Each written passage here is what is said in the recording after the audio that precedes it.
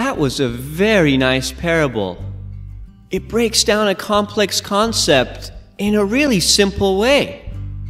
Great. I thought you might appreciate it.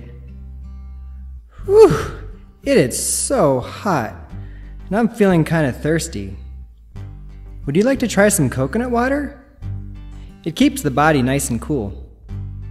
Oh, sure. I'd love to try some. I picked that stuff up by the case from Whole Foods back home. Well, let me tell you, this is the real deal, my friend. Let's go.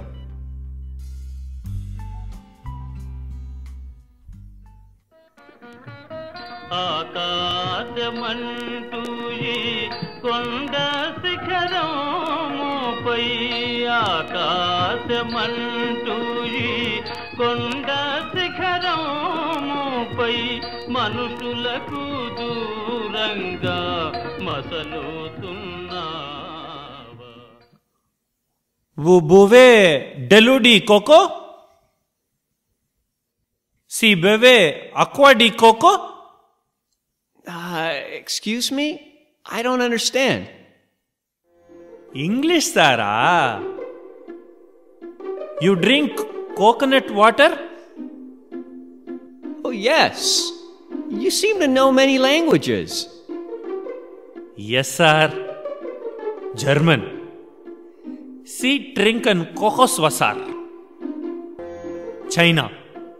Nichaye Sushima. Farsi. Abbe Nargil Mikhai. Wow, very impressive. Where did you learn all this? Sir, learned from Baba devotee. Very nice. Sir, coconut water, first class.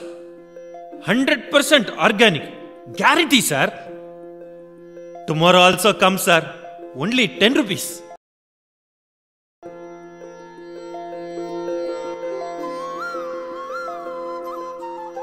రాము మంచిగా ఒక తెన్కాయ నీళ్ళు ఇవ్వు అప్ప. ఏమండి sir బాగున్నావా?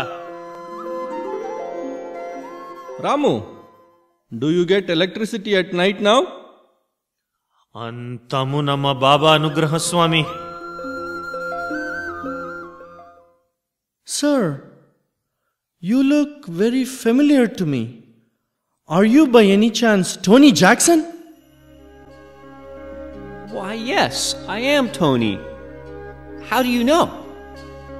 Sir, it's an honor to meet you. My name is Pratap. I'm a former student and a current faculty member in the university here. We were very inspired by your documentary, Light Up Your Life. We adopted that concept to provide electricity for one of the nearby villages as part of our Grama Seva program. Wow, really? This is amazing. Please tell me more. We were doing volunteer work in Satyapuri, which is a nearby village. The village did not have electricity. We noticed that the villagers were spending time cutting and burning wood. The children could not study in the evenings. They were dropping out of school as they could not keep up with schoolwork. They were struggling really hard with these basic needs. That must have been very hard on them. Yes, we wanted to find a way to get affordable electricity for them. We were desperately looking for a solution to this. One of the Sai devotees introduced us to your documentary film. It was a perfect fit for what we were looking for. Let me see if I may have a copy of the brochure. Oh, here it is. In fact, we even installed the solar energy system in Ramu's house. Ramu, we got electricity in your village because of this gentleman here. Thank you very much, sir. After current in house, full village, all children Study my home. All children my house study good marks. Very happy, sir. This is unbelievable. I never realized that the work I produced is benefiting so many people today in a completely different corner of the world. I thought that all of my effort was a total waste and that no one really cared. I'm really touched by all of this. My aspiration of spreading positive messages through media can actually be a reality. Yes, Tony. This is also what our beloved Baba means when he said, "Love all and serve all." What are some of the other things that he has said? Baba says, love one another and help others to rise to the higher levels simply by pouring out love. Love is infectious and the greatest healing energy. Wow, what powerful words. I now see his hand in all of this. He brought me here all the way from Hollywood to Puttaparthi just to teach me this important lesson. What the world needs today is Baba's teachings and his love. And I can also see that his love and message lives as the vital force in the people whose lives he has touched. I have not come across such a person in my entire life.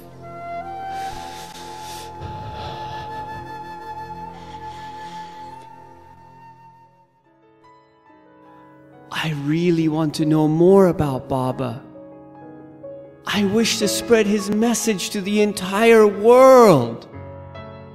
Perhaps I can create a documentary on his life and his message. Wow, that would be a great service to the world, sir.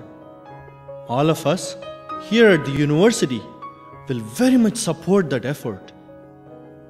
I would really like to come and see your university. Would that be possible? Sure, sir. I can show you around our campus and all the work that we do here. In fact, it turns out to be good timing. One of our alumni, who now lives in the US, is visiting our campus now. Today, he will be addressing the devotees in the ashram. Would you be interested to join? I would love to join. This way, sir.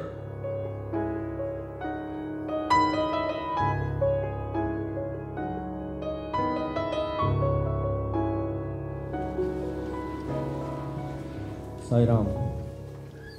My most humble pranams at the divine lotus feet of our beloved Bhagwan Sri Satya Sai Baba.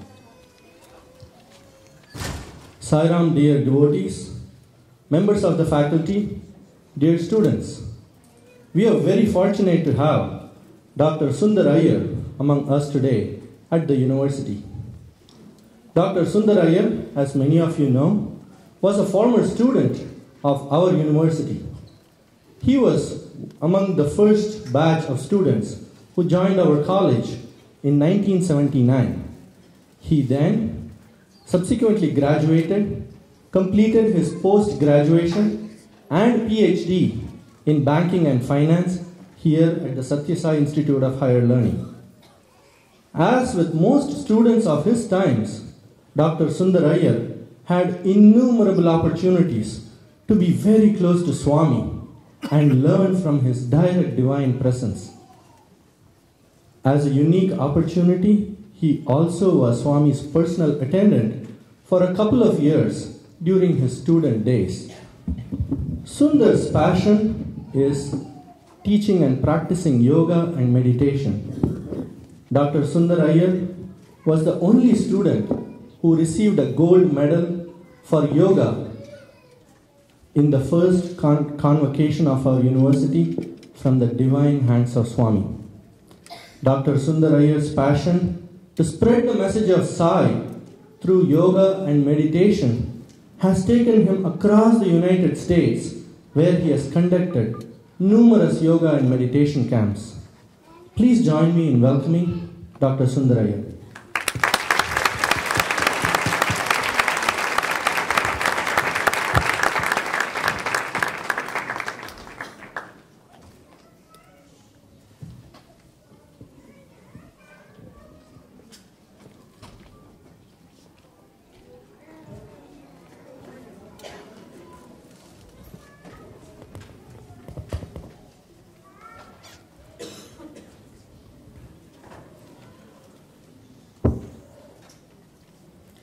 My most prayerful and humble salutations.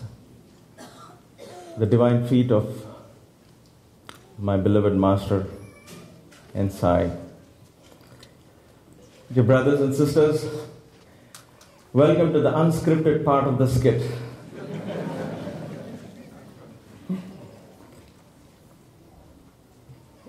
Last evening,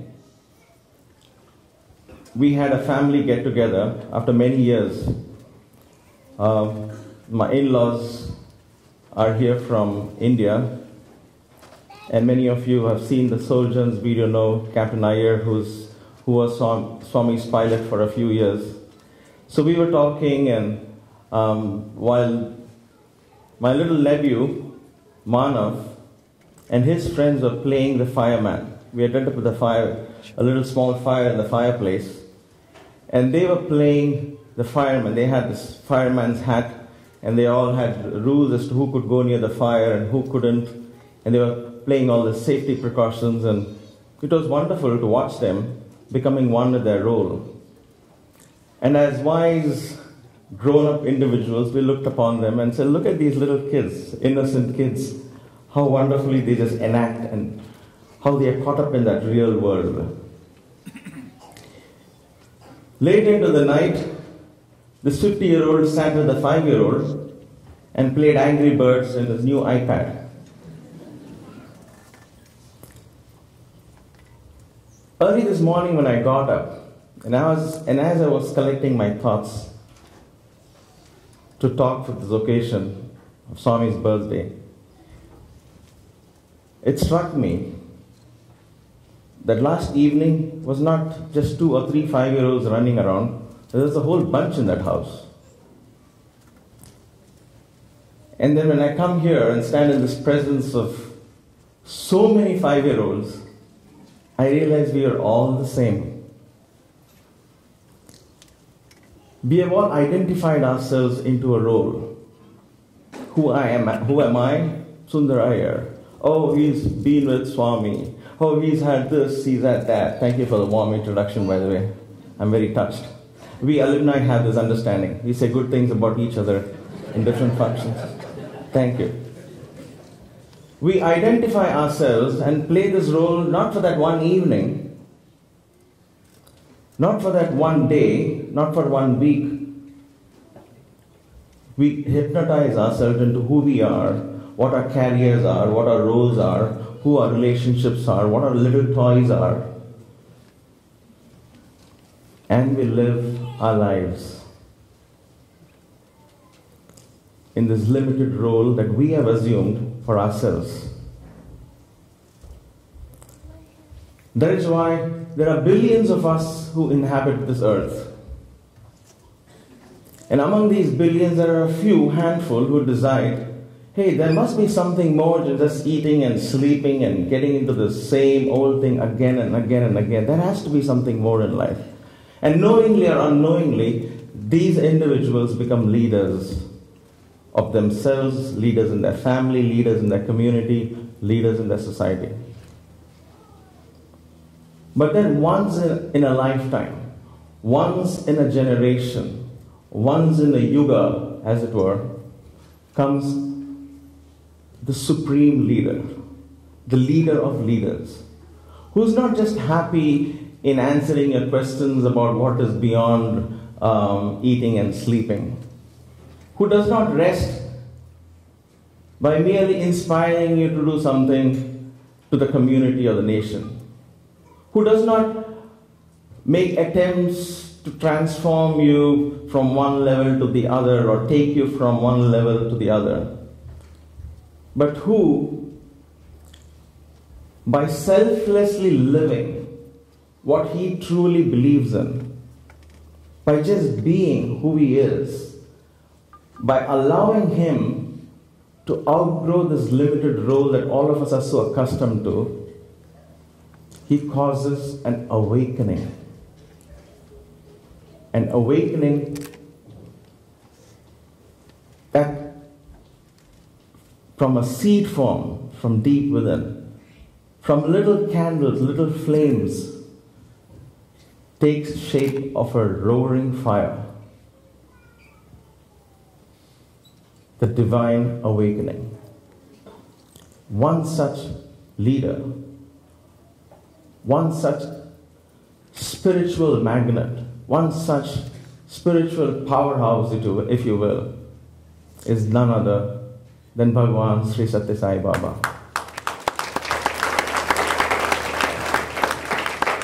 Sai Baba did not graduate from XYZ University. He did not read newspapers and then decide, oh my gosh, the world is in a turmoil. Let me see what I can do about it. He did not take a project plan and say, let's see what kind of things I can put in to make my mission succeed. He didn't wait for the ifs to come in place. He didn't wait for the buts to fall out of place.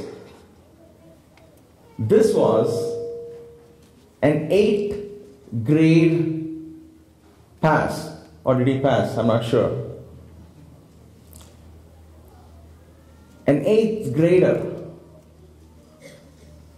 living in the remotest college or living in the remotest village in a God-forsaken place in India, which was not even on the map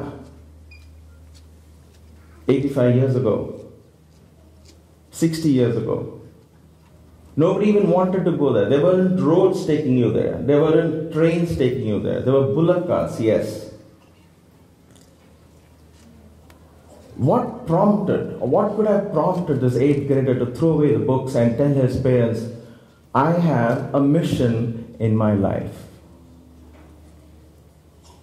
I have come to foster peace. I have come to foster truth.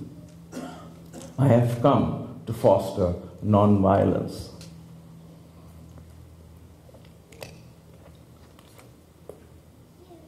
Those are the moments when I ponder over these questions as to how there are no answers. How many times have we waited for the ifs and buts to fall in place? How many of us get up in the morning and say, oh, if that was in place, I surely would have done it. I can do this, but oh my gosh, this is all the excuses why I cannot be where I want to be. Krishna, 5,000 years ago, was not born in a mansion, was not born in a kingdom, as the story goes. He was born in a prison cell. Oh, that was 5,000 years ago. What about something more recent? Okay, how about 2,000 years ago? Jesus Christ. Oh yeah, where was he born? In a manger. Afraid of being killed by the Romans. Oh, what about Sai Baba? In Puttaparthi. The name is Anthill. It's named Puttaparthi, place for anthills and snakes. That's where he was born. So there is something consistent that the Supreme Intelligence is trying to give us. That if we truly want to do something in life, nothing can ever stop us. And the only person who limits this is ourselves. Swami's greatest teaching is self-awakening. In all my years of staying with Baba, one thing I saw and one thing that inspired me, one thing that was so touching on the one hand, so motivating on the other hand, was his tireless work carrying out his mission. I have said this earlier in many places and I say it again. We were sitting at the feet of Baba and one day he was coughing, his eyes were red, bloodshot. And one of the other students who often took liberty to speak to Swami, said, Swami, he said, what? Swami, please don't go for darshan. Darshan is where Baba goes out to the devotees and spends time with them, 2 or 3 hours every evening, every morning. He would walk amidst the midst of people, take letters personally, talk to an individual here or there, pick people up for interview, talk to them, spend time with them. So he said, please Swami, take rest today. Do not go for darshan. Almost quickly Baba looked and said, look at that clock behind you. We turned back and there was this wall clock. Which hand is the most important hand on that clock, he asked. We said, and we looked at the biggest one. Said the R and. He nodded, or he shook his head. So the other person said, Swami, the minute hand. He shook his head and said, the little hand you can hardly see, the second hand that keeps moving. That is the most important hand. If that second hand that goes around the clock stops moving, then the big 2 hands don't move, comes to an end. And he added, I am the second hand. There is no rest for me. I have to keep going. Satya, Dharma, Shanti, Prema. Satya, Dharma, Shanti, Prema. Satya, Dharma, Shanti, Prema. Naaku ekkada rest ro. Naaku rest emi oddu. I don't need rest. This wasn't a dialogue given on the stage in the presence of 50,000 people. It was just 2 little boys, young boys, sitting at his feet. And that is how we saw Sai Baba. People ask, oh, how did he manage to do this? Oh, he must have had some political influence, or he must have had some connections. He had the connection. He had the connection with the most powerful force on earth. What is that? Himself. Once Baba had mangoes in his hand. So he picked up a mango and he said, I'm going to give this to the one who has most self-confidence. He took a knife and cut it into a small piece. He looked around. So we were like, oh, is it going to be me? Who is it? Oh my gosh. He came close to everyone, then quickly took it himself. He put it in his own mouth. And he says self-confidence starts here. That is the foundation of divinity. And how does the self-confidence come? When you believe that you are the unlimited self, that you are not limited in this little role, in this assumed role of I am the body, I am the senses. Oh, this is red. Oh, this is soft. Oh my gosh, that show. I have to put it on my DVR when I go for bhajans. It's like people removing sandals and going to the presence of the altar and praying, but worried that the sandals are safe outside the temple. So we record things on the DVR, we go for bhajans, hoping our favorite shows are getting recorded. We need to awaken ourselves. And that is why we celebrate occasions such as a birthday of an avatar. It is not enough if we just praise him, if we worship him and decorate altars around Swami and say, oh, my altar, you should come and see my altar. Oh, I changed the photograph. I spent $2,000 in this altar. Oh, that's marble floor in the altar. It's beautiful. All right. That has nothing to do with who you think you are. Bhakti is a powerful force in the Hindu tradition, devotion to God. You know, the Vedas or the scriptures talk about 4 different stages in spiritual progress. The first stage, you accept a form of God. It could be Jesus, it could be Krishna, it could be the Prophet Muhammad, peace be upon his name. Or it could be Sai Baba. Choose a form. That's the first step. The second step is build a relation with that form. That is why we chant the 108 names. In 108 names, you start worshipping the qualities of that form. So once you build a relationship, you begin to fall in love with that form. As a mother, sure, why not? As a friend, of course you can. As a son, of course. As a servant, yes, of course. Whatever appeals to you, whenever it appeals to you, it doesn't matter. Once the kinness is established, the closeness is established, you begin to see the qualities and you start worshipping the qualities. That is why you have 108 names, 1008 names. Somebody asked Baba once, because Baba said in the group, he said, only one name is enough to grant you liberation. And then this clever gentleman said, Baba, then why do you have 108 names to chant? Shouldn't they just be saying Sai Ram, Sai Ram? Why do they have to say Sai Babaya Namaha, Om Satya Swarupaya Namaha, Om Sai Prema Swarupaya Namaha, and on and on? Baba said, if I tie a little balloon there and I give you a little pistol to shoot that balloon, how many bullets you think will it take to burst that balloon? The man said, one. Okay, here are 108 bullets. Keep trying, one of them will hit the balloon. And if you empty the 108, here is 1008 bullets. Keep trying. You need only one name, but you got to keep chanting. Whatever name pleases you, whenever it pleases you, try different names. Rama, Krishna, Allah, Buddha. Who cares? Because it's finally awakening the cosmic intelligence that binds us all together.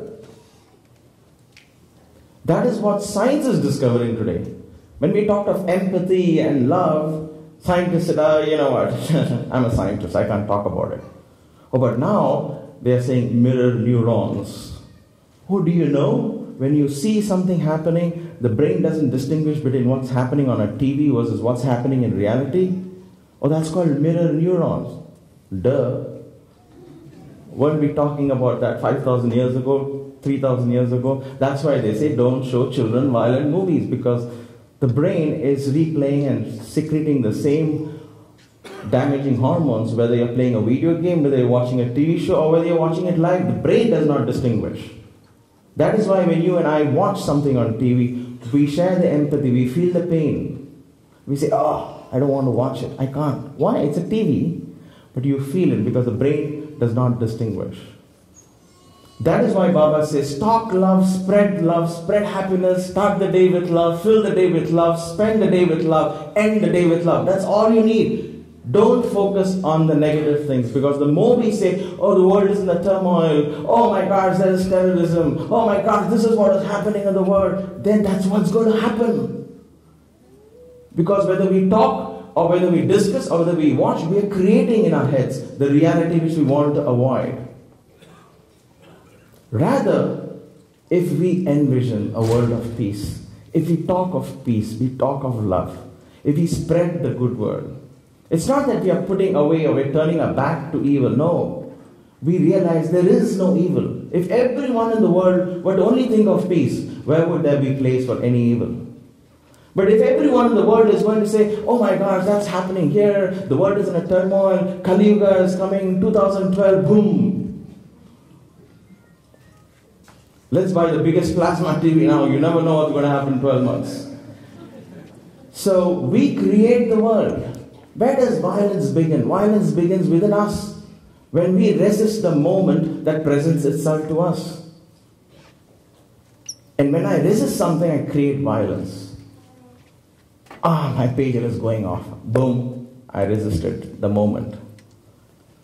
Why would I resist the moment when my pager goes off? That's my job. That's giving me bread and butter, which I can feed my family. So I should be looking forward for that pager to go off, shouldn't I? But yet we resist. So when we resist the moment, we create violence. We create violence within ourselves. And then we say, why is the world violent? Practice peace within. Accept every moment as a gift from God. A group of devotees were sitting around Baba, and one lady said, Baba, when Baba asked her, what do you want? Tell me, what do you want? You want a watch? You want a ring? I can give you what you want. She said, Baba, I want peace. Baba looked at her and said, you want peace? Okay, I will give you all the troubles in the world. And she started crying. She said, no, Baba, you didn't get me. I want peace. I understood, Ma. That is why I'll give you all the trouble. She couldn't believe her ears. And Baba explained, when do you practice peace? When there is storm around you, you have a chance to practice peace. When everything is nice around you, anybody can practice peace. How will you know you are peaceful? How do you know you are educated? You have exams at the kindergarten level. You say, oh, he's too small. Please don't examine him. Don't ask him what's A for. He can say A for bat. That's okay. And C for dog. That's okay.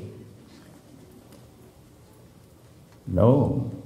You examine him. He passes the test. So the storms that is created in our lives is our own wanting. This awakening that we pray for, this prayer that we tell, Swami, awaken me, Swami, make me an instrument. Then he says, all right, let me start strengthening this tool. You know how the knife is sharpened? In India, there are these vendors that come to your home. They have this huge wheel, and there's a strip here with a stone. And then he keeps turning it and takes a sharp knife and goes, and sparks fly out, and the knife gets sharpened. Sharpening of the tool. You know how gold is made? Of course we all know, when it goes through the fire. Nothing comes out without a trial, a tribulation. That is a gift from God because we ask for it. We want it. We need it. That is what causes the awakening. However soothing your alarm is. Who likes an alarm to go off? Raise your hand. Thank you. Dude, these ants, oh my God. There was an ant there. There's a lot of things we need to learn from ants. I know some people who are planning to call the pesticide company. Now they're going to think twice. Let's send our kids to the school and then do this. We ask for trials and tribulations because that causes an awakening. And nobody likes an alarm, however soothing. I've been searching for the best alarm in the app store. I have not found it. However soothing it is, when it rings at 4:45 in the morning, I hit the snooze and say, I need 15 more minutes. The call for awakening is not going to be to our liking. Why? Why? Because we are like those 5-year-olds who don't want to give up that plastic helmet, who want to believe they're firemen, and we try to say, okay, it's time to go to bed now. It's time to eat your food. No, I want to be the fireman. No, you can't. Come on, sweetheart. However soft you tell them, they're not going to like it. However soft Baba talks to us, you and I are not going to like it. When push comes to shove, we're going to say, oh Baba, I am a humble devotee, leave me alone. I just like to come for bhajan one day a week, leave me alone. I want my kids to be rich and famous and be good in their career. Please don't. We hypnotize ourselves, we want to hypnotize our children, we hypnotize the community, we hypnotize the nation, and now we are all living in this world of self-imposed reality, if you will. So we brought in time, we brought in space, now everything falls in place. We know the meaning of here and there, we know the meaning of now and then. We forget to see the space in between here and there. So here comes the master and he says, I know you're talking of here, I know you're talking of there. What about the space in between? Oh, that's nothing. He says, that nothing is everything. Purna mada, purna midam, purna udachyate, purnasya purnamadaya, purnam eva ashishyate. That is whole, this is whole, from the whole emerges the whole. Everything is divine. Baba saw himself as divine, not during darshan times, but every second of the day. He never did things just to please people. He did it because he believed who he was. He believed he was the embodiment of love, and so he lived it. So what do we take home as devotees of Sai Baba? Do we learn a new bhajan every week and be happy? That's nice too. But what happens is all good intentions of starting a bhajan or a new project, we get caught into the, how do you sing that bhajan? I want to sing that bhajan like X did. Oh, I want to sing bhajan like Y did. So now it's a singing competition. The projects, oh, we should do a better project. How do we do this project? Blah, blah, blah, blah, blah. No, it's all about the project. It becomes all about the offering than the person to whom it's being offered. How many of us have organized puja in our house, and at the end of the day, instead of being highly motivated and transfixed at the end of the puja, we are all so tired and say, Abba, I'm so tired. Because there's just a regular event. Why? Because when we organize puja, the first thing is, what's the menu? Right? Oh, Ganesha, all these elephants came with Ganesha. So Lord Ganesha likes laddus. Sweets, oh, let's all have laddus and offer it to Ganesha. We just make sure it's like 5-minute offering, because later on we help ourselves call it prasad. Alright, let's give you all the benefit of doubt. Ganesha liked laddus, go ahead, eat laddus. Oh, Krishna liked butter and all the fatty things too. Yeah, let's offer Krishna. Oh, okay, benefit of doubt. Have all the butter you want. What about Sai Baba? He had half a chapati, a small little ball of ragi, which is a poor man's protein, and this much little pickle, just to add a little taste. So how many of us on his birthday decided, I'm going to eat like Sai Baba, just half a chapati? We did, right? So we are... And I'm not trying to throw this guilt trip on you, please don't mistake me. I'm trying to ask questions. And these satsang, these are moments where we ask ourselves questions. So what are we doing? Yes, we can shed tears that he is no more with us. Yes, we can say, oh my God, Swami, I miss you, is great, fine. But if he was to come and tell you, all right, are you ready to hold my hand, let's take off? We would be the first one to say, Swami, no, I'm not ready. Yet we convince ourselves that we are ready. We convince ourselves that the spiritual path is very difficult. We say, oh, no, spiritual path, it will take time. Let us slowly start with bhajans. It will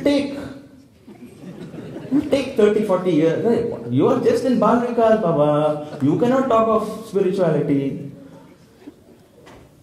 You just sing your bhajan, do these nice little plays, and you wait. And you come my age and you talk. So we have created this drama. And yet we teach them how little Prahalada was divine. How the little kid Prahalada was divine. Yet we tell our youngsters, focus on your career, this is more important. You talk philosophy after that. Yet we tell them about Swami Vivekananda, who was a youngster with muscles of iron and nerves of steel. So we have role models almost at every age, in every era, in every community, society, language, caste, creed, whatever, and yet when push comes to shove, we chose not to follow that. So Swami was an 8th grader. He practiced divinity till his 86th year. I mean, it's amazing. So you have no excuses now. He covered everyone's age group. He was a Prahalada, he was a Vivekananda, he was Ramakrishna, he was everybody. We were sitting around Swami one day, and the summer vacations were coming, and Swami was telling all of us, oh, you have to go home now, vacations are coming, and his favorite excuse would be, oh, we have to whitewash the hostel, and so there's no room for you guys, everybody go off. And all of us would say, we don't want to go. We were just 30, 40, 50 at one time, and who wanted to just give up and go home when Sai Baba was in Puttaparthi?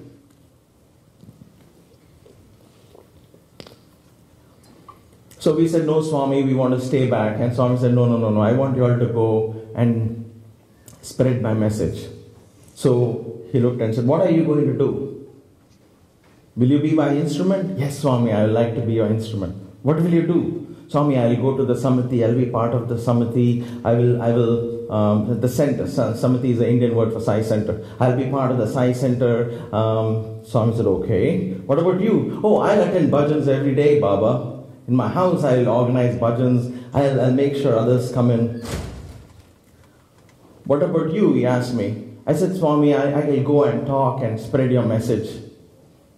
Swami listened to all of us. Then very patiently said, "I will tell you a chinna katha. I'll tell you a small story.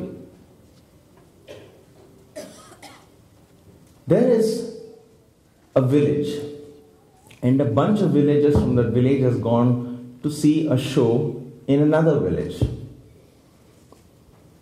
And as they were coming back, there was a storm. There was absolutely no light. And they were coming through the fields in the dark, and nobody knew where to go. Suddenly, in the middle of the night, they heard dogs howling and barking. And so somebody in the group said, "Hey, that must be our dogs. They're barking. Can you see that?" Somebody said, "Hey, that's howling. How do you know they're dogs?" So there was confusion because of the sound. They didn't know whether to go forward or backward. But they kept walking. There was a fork in the road, and at the fork was a street lamp. When they came under the street lamp, they saw the roads dividing under that light, and they knew where to go. Baba asked us, "Did the lamp tell them where to go?" "No, Baba." "Did the lamp give speeches and talks?" "No, Baba." "Did the lamp sing bhajans?" "No, Baba." "What did the lamp do?" We kept quiet. He said the lamp was simply burning itself. And he said, "I want you to be street lamps, not street dogs." And yet I go around talking. Be a street lamp, not a street dog. Right in the beginning of this program, Suzanne started this wonderful satsang by saying, "Your life is my message." And that's the message of Baba. How can we make our lives inspirational? How can we just live a life of inspiration so people watching us learn? How many, we don't have kids, but I know as parents, you all know, as I've been a teacher, so I know that no amount of telling them this and this is good, that is bad, no amount of telling them is going to inspire as much as them watching you in action. That's all they need to do. My father would wake me up at 4 and give me all lectures about getting up in the morning, good for your health and all that. But what always remained with me is how he did it, in spite of whether he was sick or over, whatever, he would get up in the morning and do his pujas. For me, that stays with me. That's what motivates me to get up early in the morning and do my routines or whatever. That stays with me. How can we inspire our children by living an example of what we want them to be? Not because we want to transform them or give them a new future, not just because of that, but because living as an example inspires us. That's a fulfillment by itself. That is the beauty by itself. My colleague who introduced me a little time before told me about this gentleman, Tony, who's here, and said, "Hey, this guy did some work in the US and the whole village was benefiting." And here's a nice poem that came to my mind as I was listening to this conversation. "I shot an arrow into the air," writes a poet. "I shot an arrow into the air. It fell to earth, I knew not where. For so swiftly it flew, the sight could not follow it in its flight. I breathed a song into the air. It fell to earth, I knew not where. For who has the sight so keen and strong that it can follow the flight of a song? Long long afterward, in an oak, I found the arrow still unbroke. And the song from beginning to end, I found it again in the heart of a friend.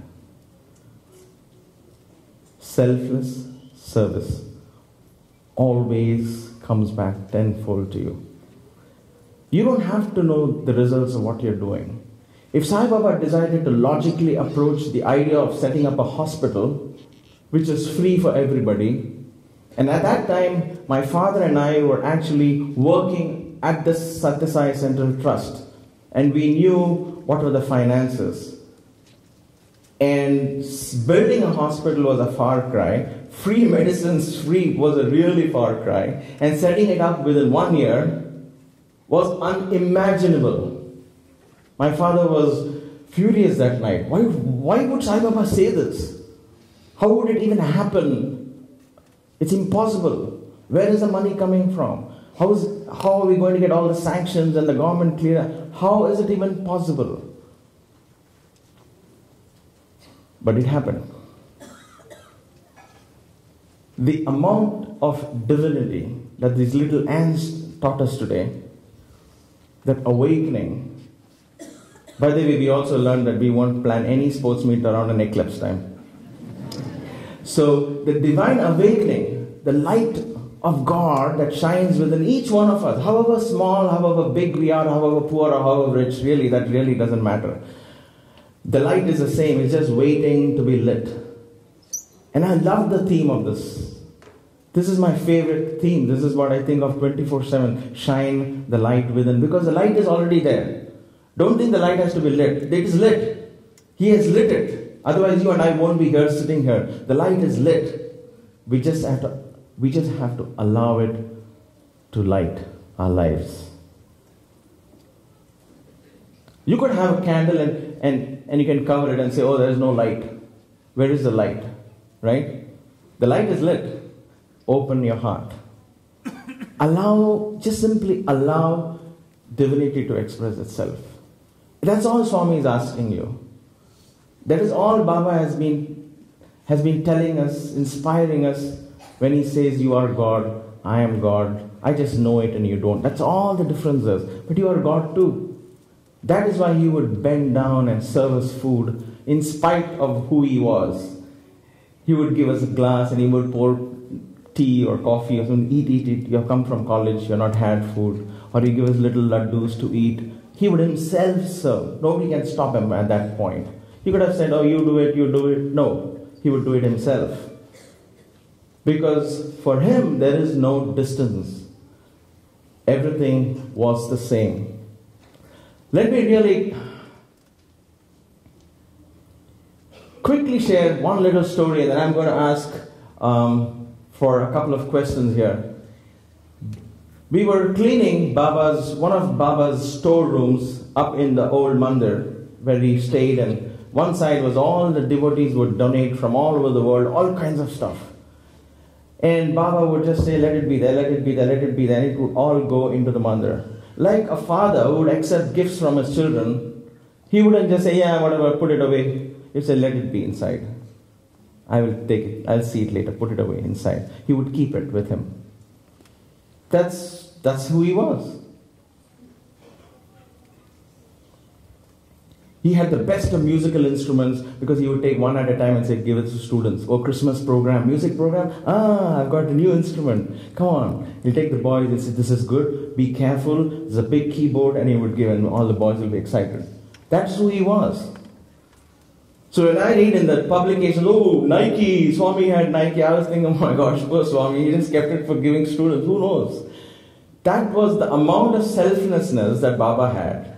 And again, this is why I'm saying he didn't do this thinking, what would people think if they found this in my room? He didn't do that.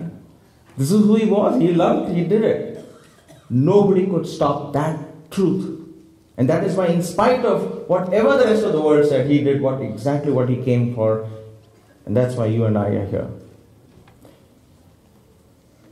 That is the determination young children should take home. You and I, because we are all 5-year-olds. We established that right in the beginning, correct?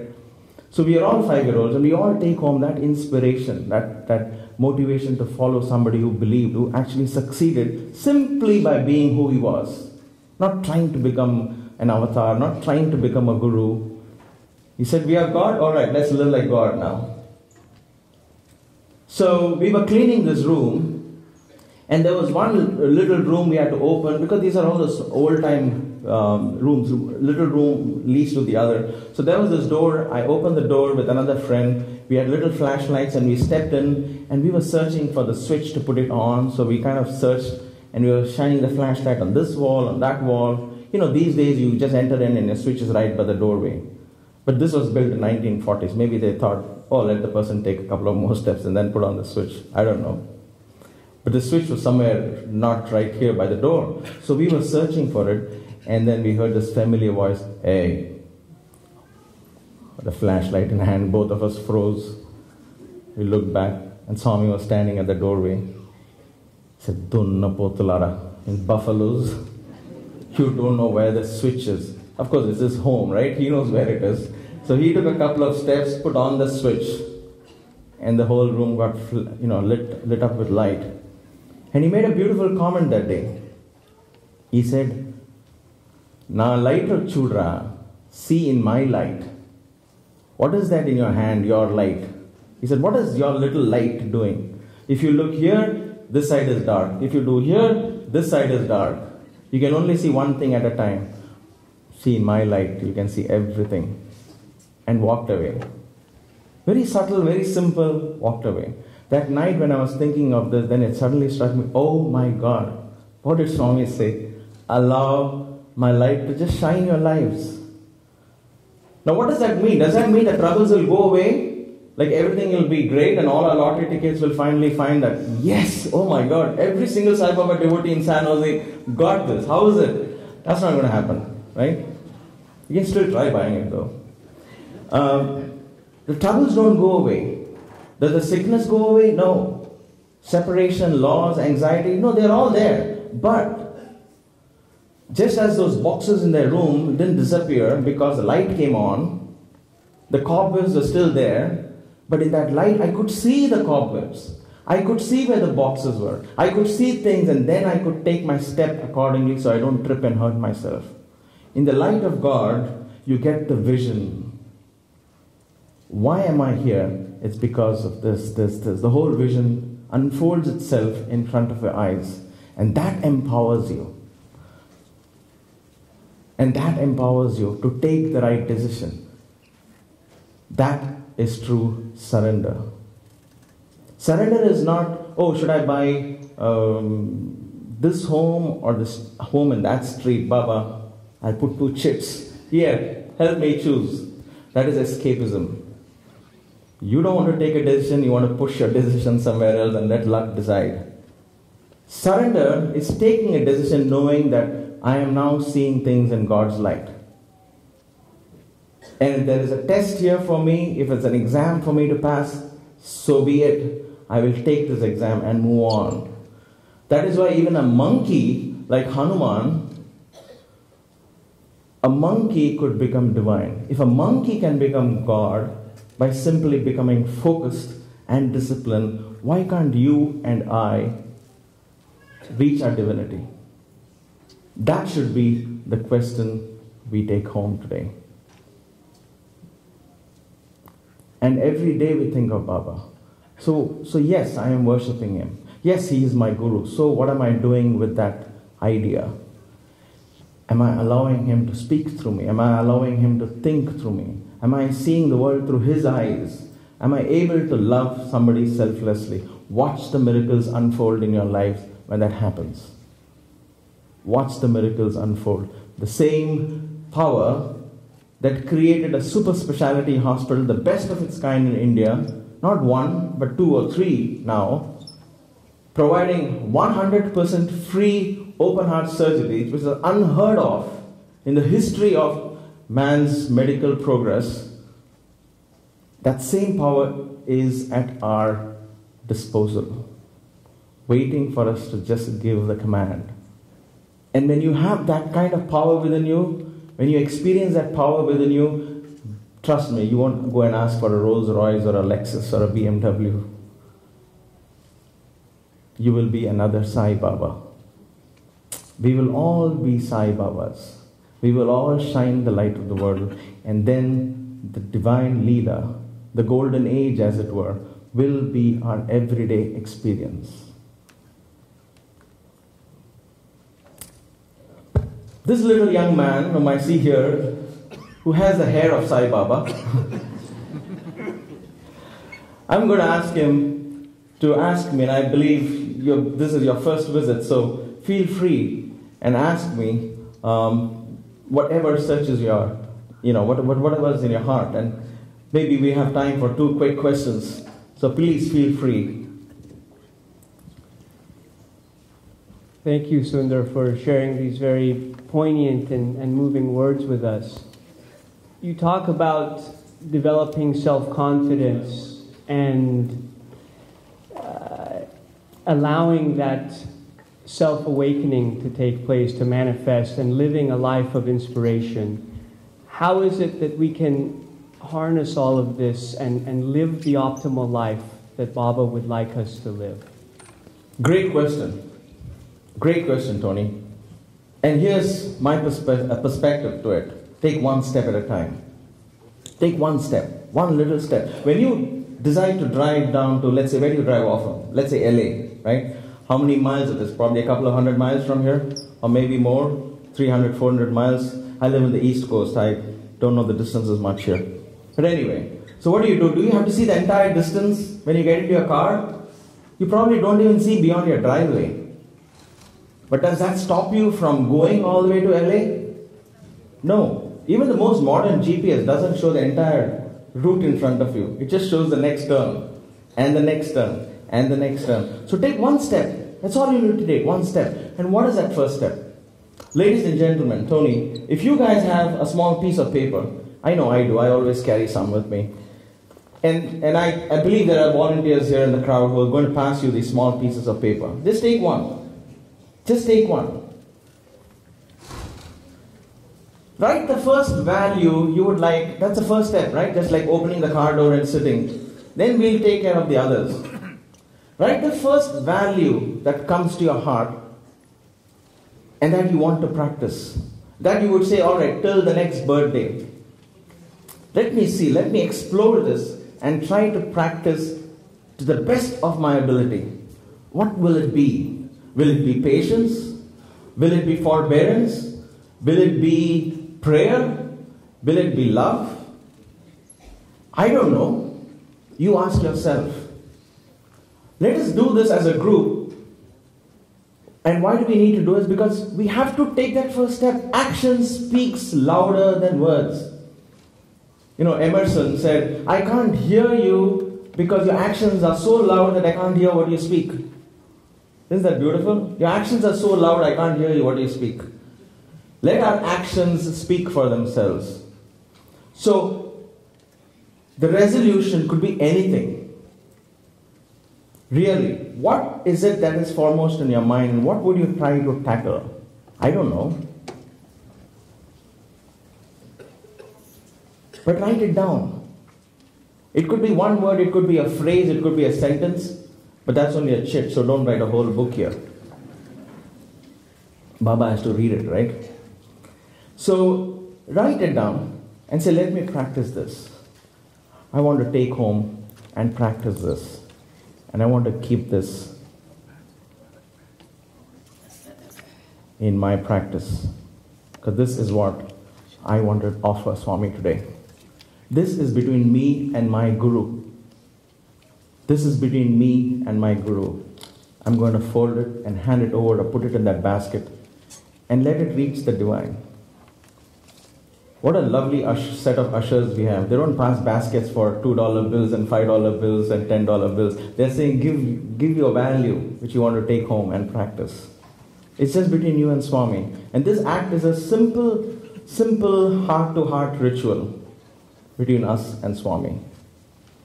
One word, one phrase, whatever you want. Write it, put it in the basket and say, all right, Swami, let me think about it. That's all you need to do, Tony. One step at a time. You did that one documentary.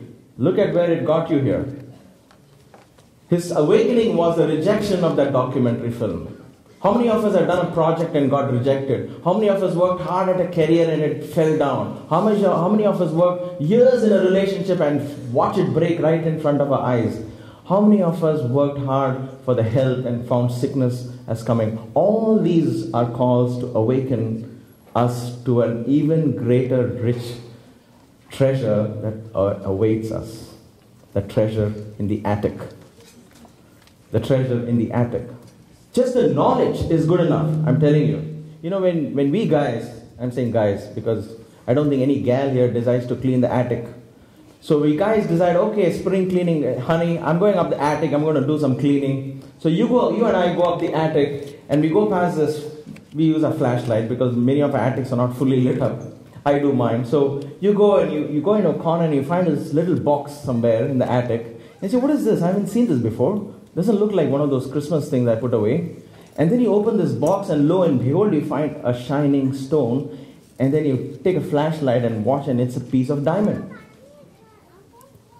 I can see these young gentlemen's face light up when they say diamond.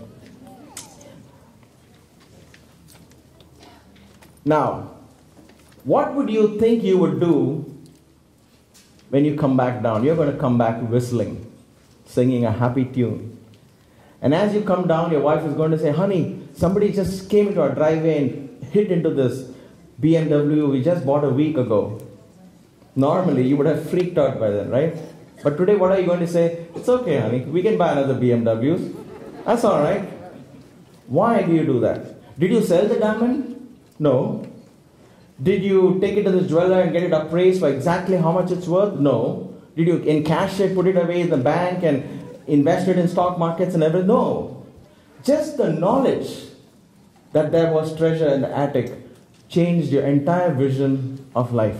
You come back and everything looks wonderful. The loss of a car doesn't affect you. You lose your job next day, you say, yeah, I was going to do it anyway.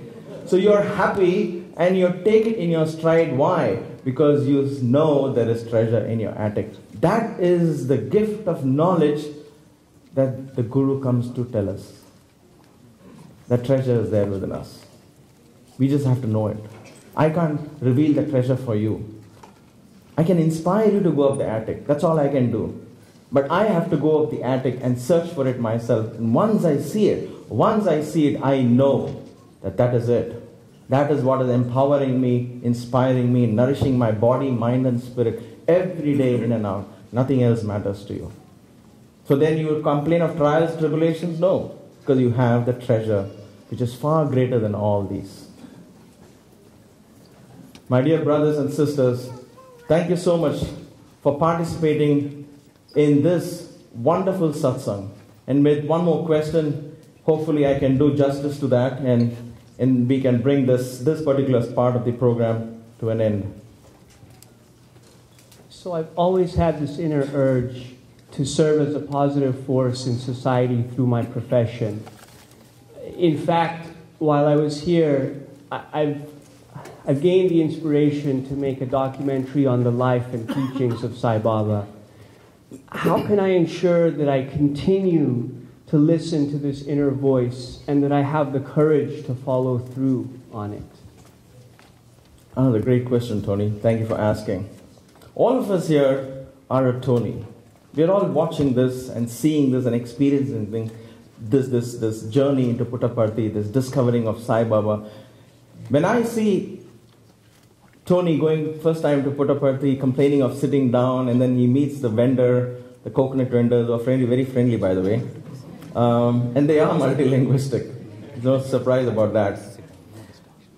I see his experience to my eyes, and my mind goes back 30 years before when I went first time to Puttaparthi to find out who Sai Baba was, how curious I was, and then curiosity led to liking, and liking led to being in love with Swami, and being in love led to attachment to his physical form, and I was so close to him. I loved him every minute of the day because that love came out of respect to see this individual who just believed what he was doing. If somebody gifted him a Mercedes-Benz, he wouldn't say, oh, what will people think if I drive Mercedes-Benz? He said, oh, okay. If somebody would give, he said, you give me a silk robe, I'll wear a silk robe. You give me rags to wear, I'll wear a rag. The difference is in your eyes, not in my eyes. There were so many times when we had to very gingerly point to Swami that his the inner pitambar, the robe, was torn. He wouldn't even know it. We would look and do like this to Swami. Swami said, "What happened?" "Oh, it's torn. Do you think I should change?" "Okay, I'll change." He wouldn't even know what he was wearing. I mean, at 120 degrees, why would somebody wear a silk robe? Guna Atita, Rupa Varjita, Guru. Gu is Guna Atita, one beyond qualities. Ru is Rupa Varjita, one beyond the form. One who is beyond qualities, one who is beyond the form, is the true Guru. So when I was so attached to Swami physically, there was another burning sensation within me to experiencing him more, to experience him more. And so one day when I was standing right in front of him, he asked me, because I used to still write letters to him and keep it in my pocket. And in those letters I would say, "Swami, I have you 24/7, yet I need more from you. Why? I don't understand this." By then I used to meditate on Swami's form every day morning, and the form would be perfect because we had the chance to sing bhajans at his feet. So we would sit very close to him and watch 30 minutes every day, just him, and with no other heads in the middle.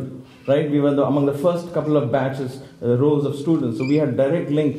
And so when I used to watch him, I used to just go from the hair all the way to the toes and go all the way up. We had that 20-25 minutes of him just sitting in front, smiling and waving and his hand and putting talam.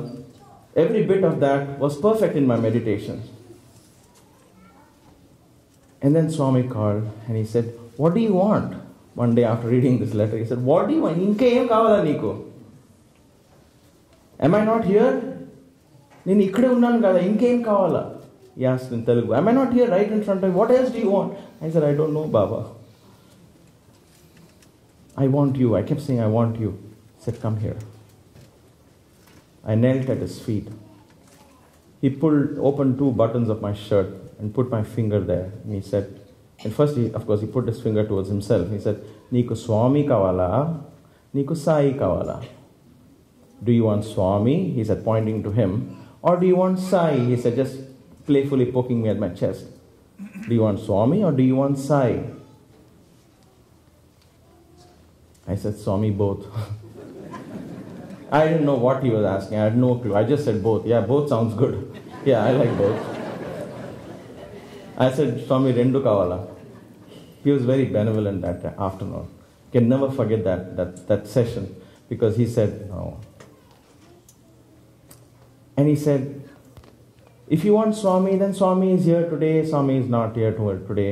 Swami will speak to you today, Swami may not speak to you tomorrow. And you will be up and down roller coaster. But Sai, intane, gentane, ventane, kantane undadu.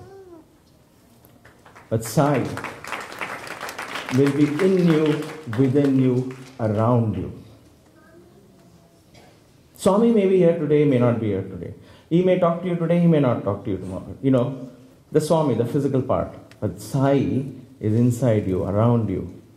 Ippudu cheppu, now you tell me, what do you want? I said, "Swami, I want Sai." He said, "Chesko," touch my feet. And I bent down, kissed his feet, went. And from that day, my meditations went short-circuited, because I had Swami's form, I was looking at Swami's form, and then I would say, "What happened? This is Swami's form, this is Swami. What is Sai? What does Swami mean by Sai?" I didn't get it.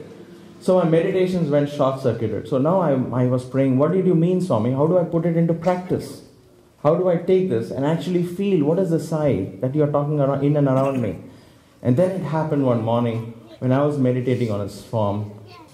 He took me into this journey from Swami to Sai. Shall we all go into that journey today? It would take between 5 to 7 minutes. Because when we say meditation, many of us say, "Ayyo Rama." "Oh, bhajan would have been nice, warm meditation." No, I promise you, this is a meditation with bhakti. We're going to invoke Swami. His birthday, we will invoke him. For each one of us, we want the interview, we'll get the inner view. Let's invoke him, allow him to guide us and experience that oneness, the journey from the form to the formless. The journey from Swami to Sai. Because in that journey is based on becoming still. Isn't it funny? We talk of journey, we think of moving, going from place to place. But this journey is the more still you are, the more you are allowing Swami to become Sai. My dear brothers and sisters, friends, little children, the best gift of Baba is himself. We have come here empty-handed. Let us go back with our hearts full and with the experience of Sai within us.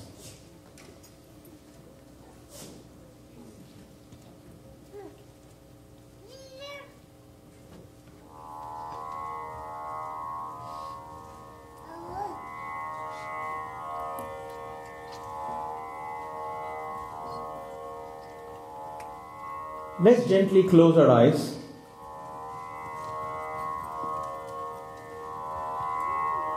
Sit straight. The body is always a reflection of the mind.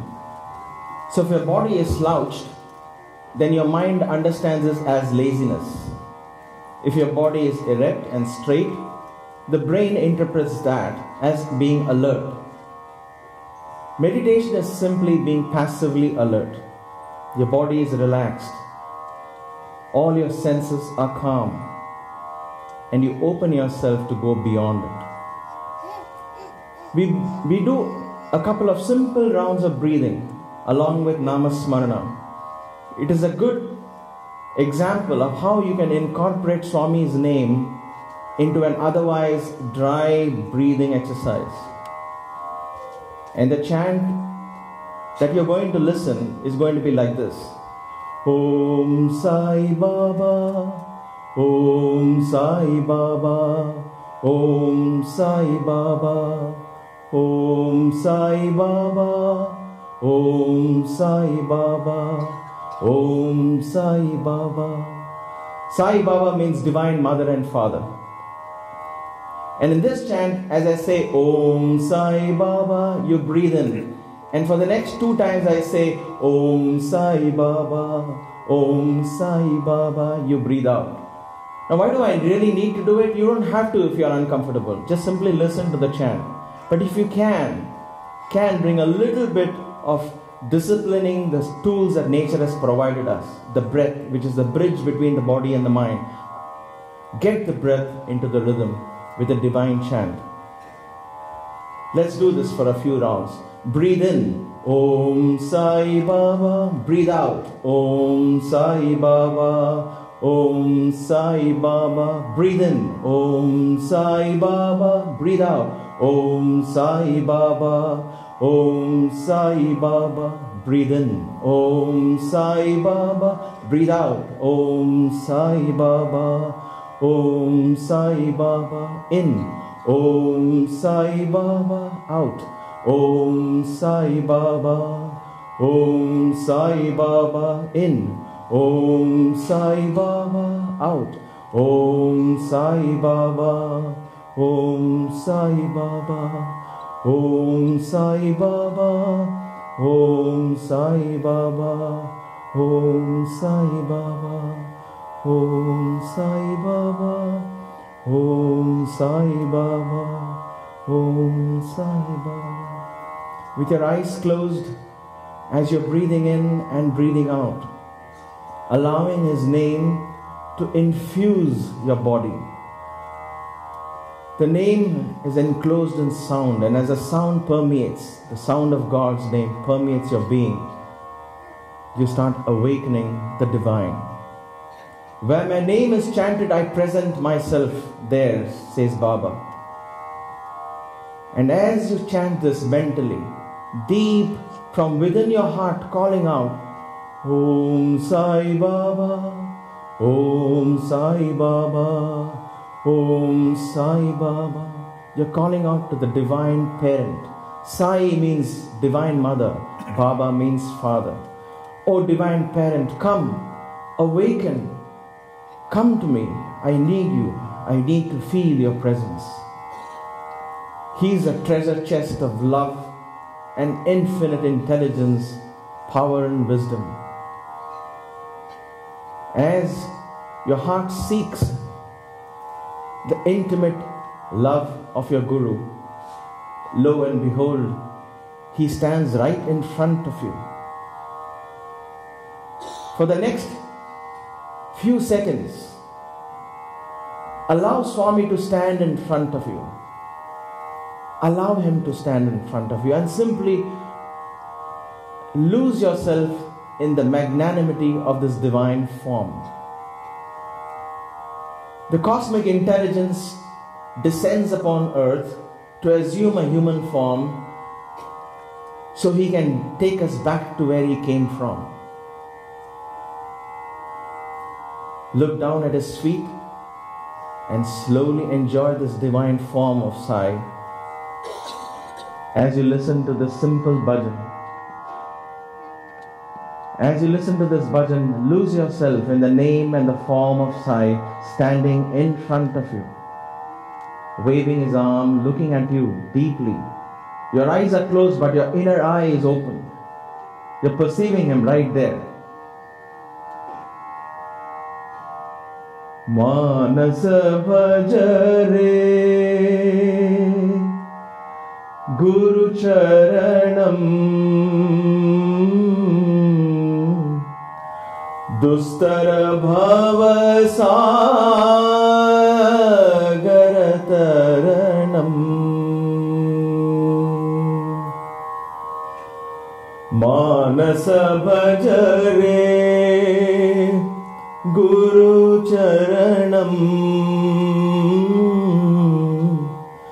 Dustara Bhava Sagara Taranam Guru Maharaj Guru Jai Jai Guru Maharaj Guru Jai Jai Sainath Sadguru Jai Jai Sainath Sadguru Jai Jai Sainath Sadguru Jai Jai Sadguru Jai Jai Sadguru Jai Jai. And as you behold this beautiful form of Sai, you reach out and your heart and your soul reaches out to this divine form. And an innermost urge, the most deepest spiritual instinct gives expression and says, Swami, I want you. I want you to come within me. Bless me and be with me, in me, around me, all the time, empowering my body, mind and spirit so I can experience you and enjoy this Leela of creation that you have brought forth. And as you see Swami's form slowly in front of your eyes, the atoms and molecules that seem to hold his divine form slowly bursts out into particles of light. And lo and behold, in front of your eyes, the form turns itself into divine energy and light. A light so powerful, so transforming, so magnificent, and yet so full of love and compassion. A love with infinite wisdom and infinite love, all pouring forth in this warm presence. And even before you know what's happening, this love melts into a pool of light beneath you and enters your body. Lo and behold, the greatest desire of ours, for which we have taken so many births and so many deaths, now gets fulfilled. Allow the divine to enter you. He enters you and fills your feet with the divine light so that every step you take will be a pilgrimage. Even if it means going to work at 8 in the morning, that work will become a place of worship. If it means going to a school or a college, that will become a Sai University, a place of education. Every step you take will be a pilgrimage. Allow the light to go and fill your feet and come up your spine and gently fill your heart and chest and flow into your hands. And as He blesses your hands, let every move of your hand reach out to bless, to love, to give. As His light fills your heart, let your heart reach out and express only love and experience the true bond, the true connection that connects all of us into this universe. The cosmic intelligence is one. The names and forms are many.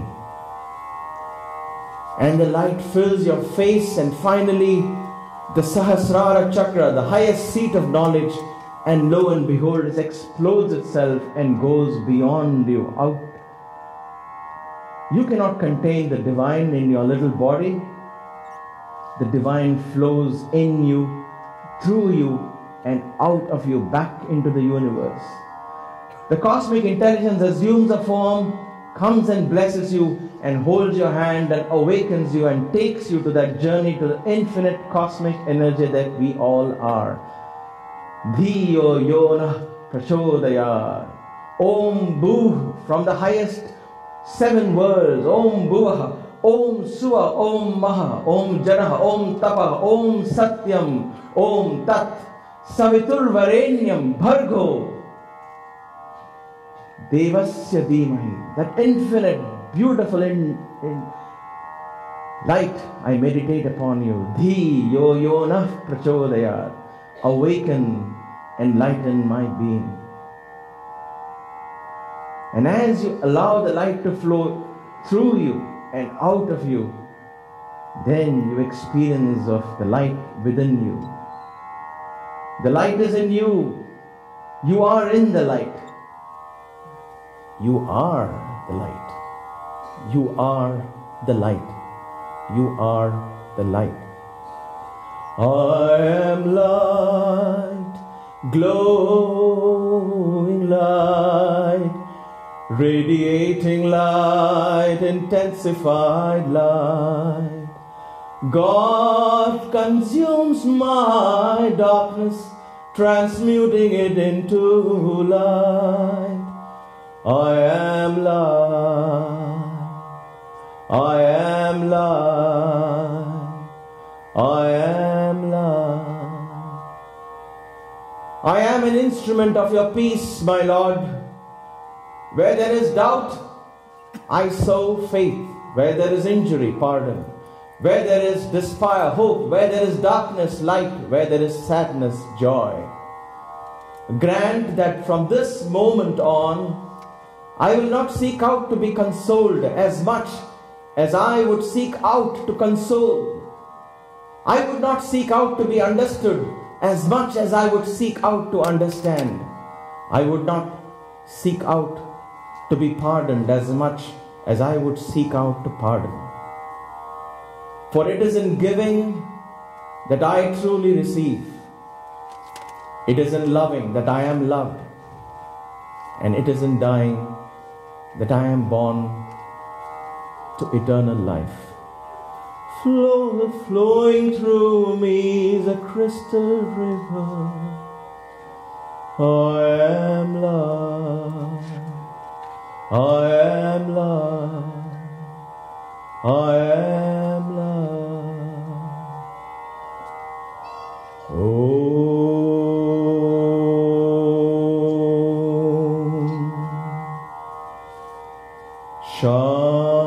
Shanti, Shanti, Shanti. Let peace be upon this hall, upon this gathering. May we stay in this silence and experience the divinity within and without us. Thank you, Swami, for blessing us with your presence, for filling us with your love. May we carry this love, this energy, this power, this radiance, this brilliance of yours into our everyday lives, every day of the year of the decade, every decade of my life. And may my life be your message.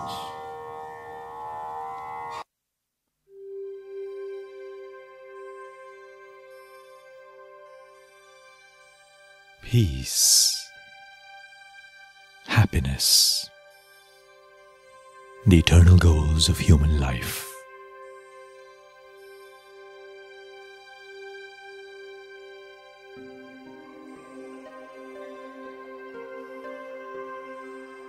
In its search for happiness, humankind has made tremendous progress through the centuries. The dazzling inventions of science and of technology have led to numerous pleasures, the stuff of dreams. They have placed the very world in the palm of his hand.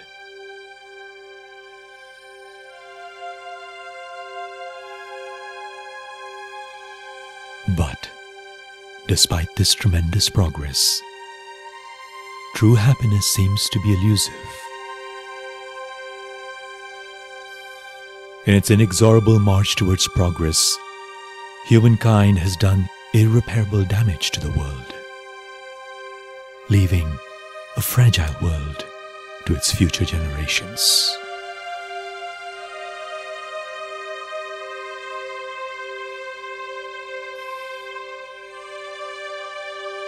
All of this magnificent progress is limited to a tiny minority.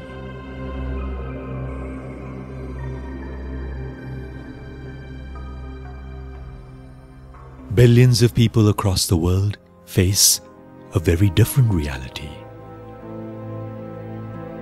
A reality that is plagued by war, poverty, suffering, and untold misery.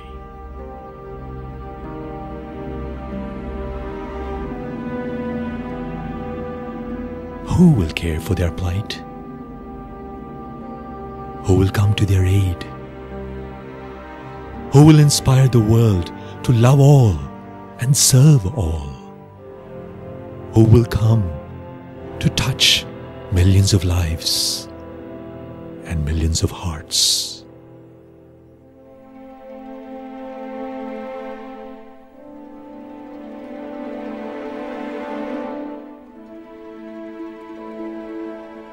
I have come to light the lamp of love in your hearts, to see that it shines day by day with added luster.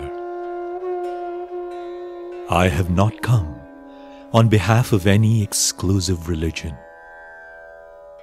I have not come on a mission of publicity for a sect or creed or cause. Nor have I come to collect followers for a doctrine. I have no plan to attract disciples or devotees into my fold or any fold. I have come to tell you of this unitary faith, this spiritual principle, this path of love, this virtue of love, this duty of love, this obligation to love. The story of Sri Satya Sai Baba is universal. It is a story that has sparked a revolution. A revolution of love, of hope, of selflessness, of light. This revolution is now spreading to every corner of the globe and is transforming the lives of millions. In the words of Sri Satya Sai, I only ask for purity of heart to shower grace. Do not posit distance between you and me. I am neither Guru nor God. I am you, and you are I. That is the truth. You are the waves, and I am the ocean. Know this, and be free. Be divine.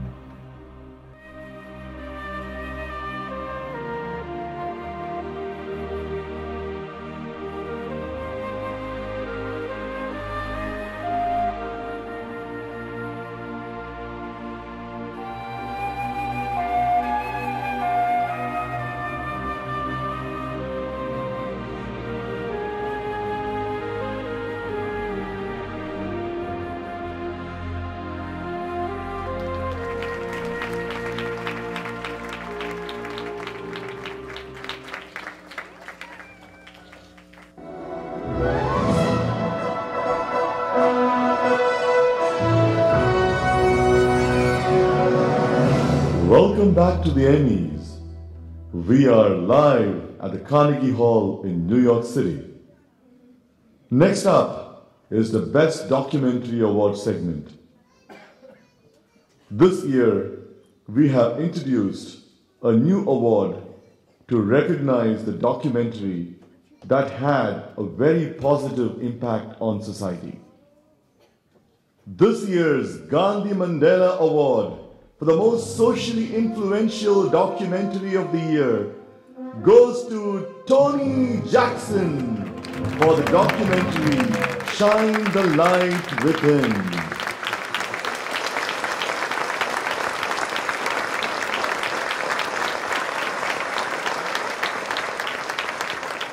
Thank you. Thank you. Thank you. A mere 1 year back, it would have been unfathomable for me to think that I would be standing here before you today, accepting this prestigious award for work so fundamentally aligned with my values. In fact, with my highest aspirations in life.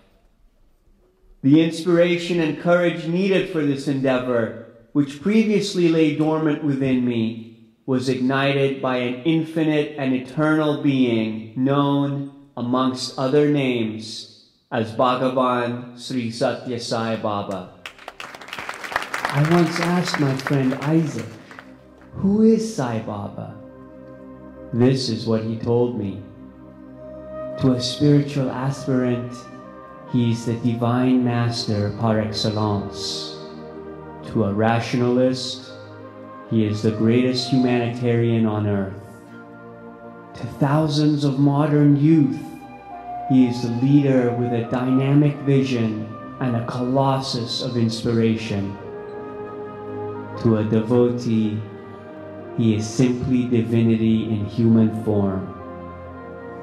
And to everyone who has had the opportunity to behold him, he is pure love walking on 2 feet. Ask Bhagavan Baba, are you God? And he says, yes, I am God, and so are you. The only difference between you and I is that while I am aware of this fact, you are not. And this is no casual remark. Indeed, inherent in this small but extremely significant statement is the fundamental truth of man's divine nature. I offer my deepest gratitude to all, and foremost to our Lord. May we all find the courage to ignite the light within and illuminate this path of love. Thank you, and Sai Ram.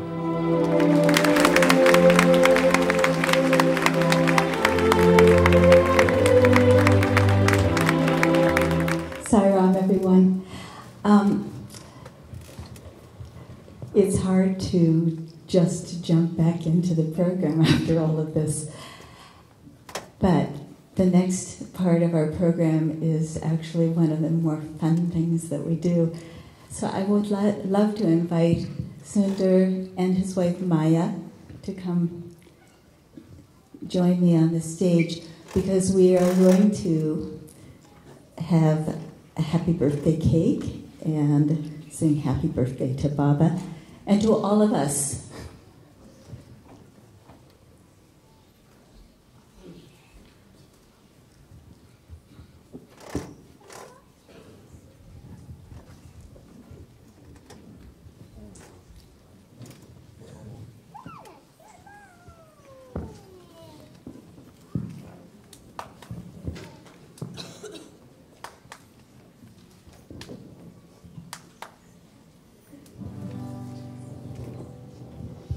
Happy birthday to you. Happy birthday to you. Happy birthday, dear Swami. Happy birthday to you. Sai's blessing us now. Sai's blessing us now. Sai's blessing us now. Blessing us now.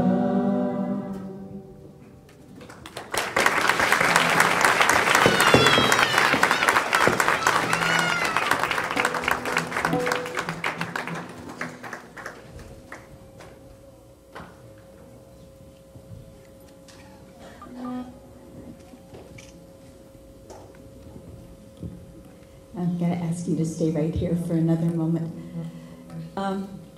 So this is also one of my favorite parts of the program, and that is that I get to thank these wonderful people. And I know Sundar only spoke with us, but like Ramasita, Radha Krishna, we know that there is not two, but one. And Maya is a very integral part of Sundar and vice versa, so I'm so happy to have you both here. And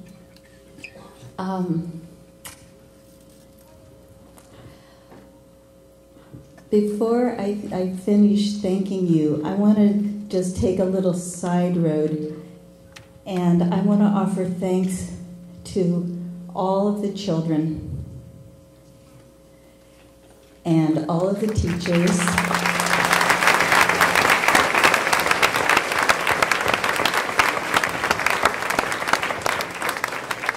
and all of our young adults and all of our old adults who did such a fabulous job of making this program so beautiful and touching. And Sundar, I want to specifically speak to you. What a beautiful message. Thank you so, so, so much. And this is just a small token. And that is actually to be used for both of you. And thank you so much for coming all the way from Ohio, which is a good place to come from. Sairam.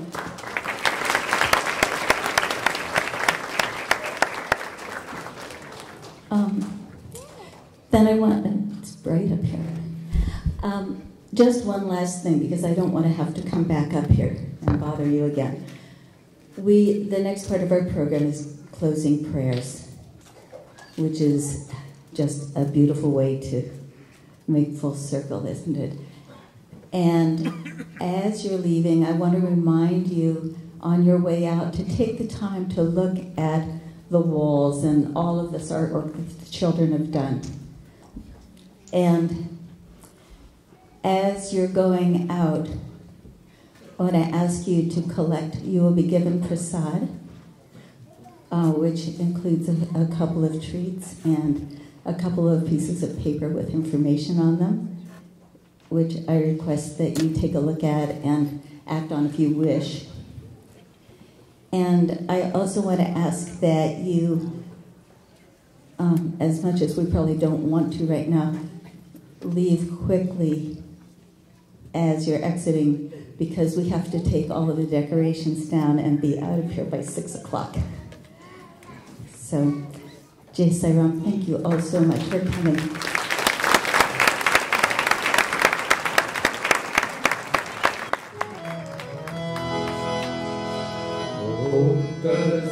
Shri Narayana Purushottama Guru Siddha Buddha Skanda Vinayaka Savita Bhavakatu Savita Bhavakatu Brahma Vartatu Yava Shaktidu Yeshu Pita Prabhudu Rudra Vishnutu Rama Krishna Tu Rahima Taotu Rahima Taotu Vasudeva Go Vishwarupatu Chidananda Haritu Advitiya Tu Akala Nirvaya Atmalinga Shivadu Atmalinga Shivadu Atmalinga Shivadu. All praise to you, Lord of the world, Swami Satya Sai, our Lord. You protect devotees who seek to you. Show your mercy to us who seek to you. Knowing you are God in human form. All praise to you, Lord of the world. With captivating grace and loveliness, you do everything to bring us happiness. You're a man of walk to infinite consciousness. You are master of everything. For devotees, you are Vishnu, helping us when we are in distress. All praise to you, Lord of the world. Mother, Father, Teacher, and God, you remind us there is only one true. Swami, there is truly no one else but you. Master of creation, you are the Lord. People of all nations are striving to realization of untrue Lord. Our unity with you, Lord of the world.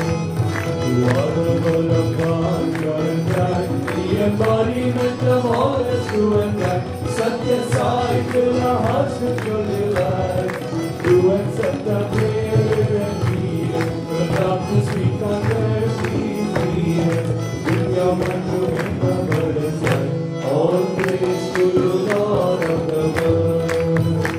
Om Jaya Jagadish Hare, Swami Satya Sai Hare. Bhakta Jana Samprashaka, Bhakta Jana Samprashaka, Bhakti Hareshwara. Om Jaya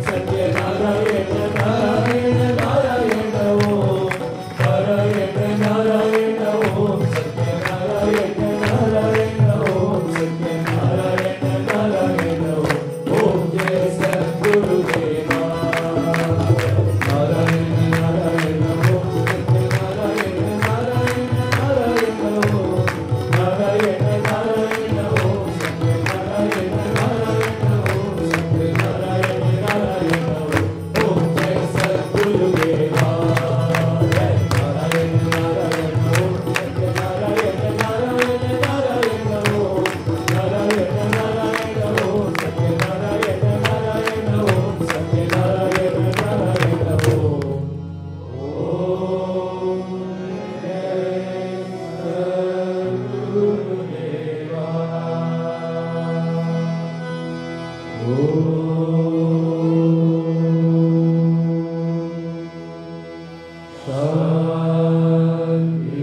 Shanti, Shanti.